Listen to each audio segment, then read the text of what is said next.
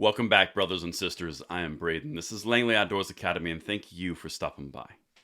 All right, guys, on this episode of the Bullet Points this morning, we have got to talk about our boy Beto. You know, that guy. Well, it's important that we cover this clip because he was really giving a rousing speech, and he had a heckler who laughed at some of his overdramatic body language, and he turned around in a campaign stop with cameras around and called him an MFer, which is everything that you want from a gubernatorial candidate in Texas. We're going to break that down, but it's not just about the one little 30 millisecond clip where Beto is sticking it to the heckler. There's other things in this clip that are incredibly important because even though Beto is Beto, oh, did I say that right? Beta is Beto? Even though that's the case, he lets it slip about a few things that gun controllers consistently do. He does it well, but we're going to call it out right now. Everything will be linked in the description box below if you want to see the full video, if you want to see the article I'm referencing, and we're going to say a quick word from our sponsor, XS Sights, and then I'm going to show you everything about the Beto. All right. Now, XS Sights is known for making the fastest sights in any light. For more than 25 years, the XS team has created some of the most innovative sights on the market today for pistols, rifles, and shotguns. Whether used for personal defense or hunting, these sights are designed and built to be the absolute best for their specific purpose.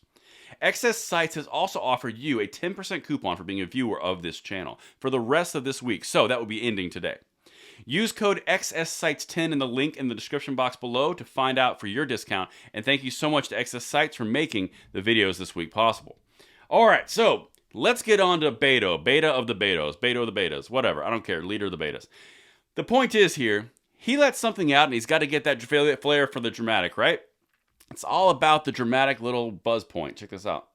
And take that weapon that was originally designed for use on the battlefields in Vietnam to penetrate an enemy soldier's helmet at 500 feet and knock him down dead. Up against kids at 5 feet. It may be funny to you, motherfucker, it's not funny to me. All right, cue the lemmings. But here's the thing. Someone laughed at his overdramatic body language, which honestly I probably would as well, because why did he get on a knee and point out in the distance? It's kind of silly. But anyway, someone laughed at him, who was an Abbott supporter, I assume, and then he turns around and he drops an MF on him, and he makes the crowd go wild. The only problem with this is Beto has a flair for the dramatic from when he was first introduced, and he said, hell yes, we're going to take your AR-15s, your AK-47s. We won't allow you to harm fellow Texans anymore. You know, that whole thing. And then he went through the Uvalde press conference and he got up there and he waited for the cameras and he pointed and he pointed and he pointed. We covered it on this channel.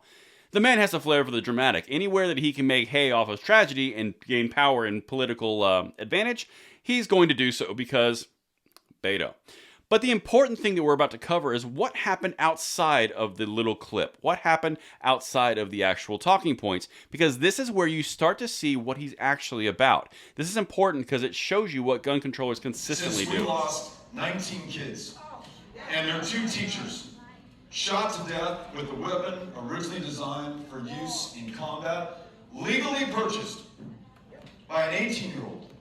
Who did not try to obtain one when he was 16 or 17, but followed the law that's on the books, ladies and gentlemen, that says that you can buy not one, you can buy 2 or more if you want to, AR-15s, hundreds of rounds of ammunition, and take that weapon that was originally designed for use on the battlefields in Vietnam to penetrate an enemy soldier's helmet at 500 feet and knock him down dead.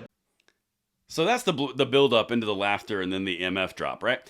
But the important thing here is even Beto says he was 18. He was perfectly legal to buy anything. He could vote the same way. So are Democrats or gun controllers or anyone on the far left going to say, hey, we should also raise the voting age to 21 because you're not physically and mentally mature enough to handle your rights, whether it be Second Amendment rights or voting rights? Any of those things? No, we're not going to hear that.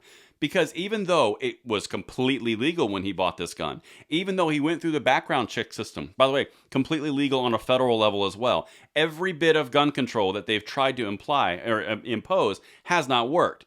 But what does that mean? We have to go down the road of raising the minimum age because clearly the gun laws weren't effective, but we need more of them.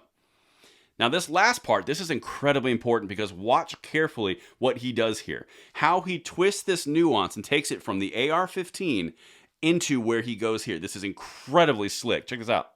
That we take common sense steps, we find the common ground. Democrats and Republicans, gun owners, non-gun owners alike. And make sure that at a minimum, we raise the minimum age of purchase from 18 to 21 for an AR-15.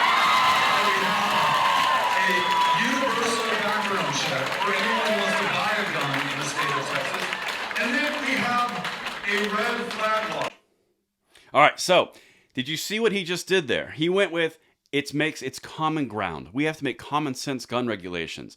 Everyone starts cheering. We need to raise the minimum age from 18 to 21. Everyone starts cheering. And he starts turning the pot up very slowly. Then he moves subtly into, we need universal background checks. Whoa, hold on a second. That's H.R. 8 and 1446. How do we just go from raising the minimum age to universal background checks, which would require a registry?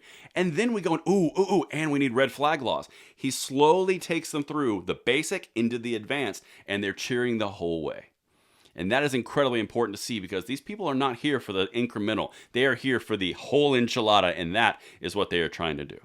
Let me know what you guys think in the comments down below, and I will see you tonight at the 9 p.m. segment. I'm Braden. See you later.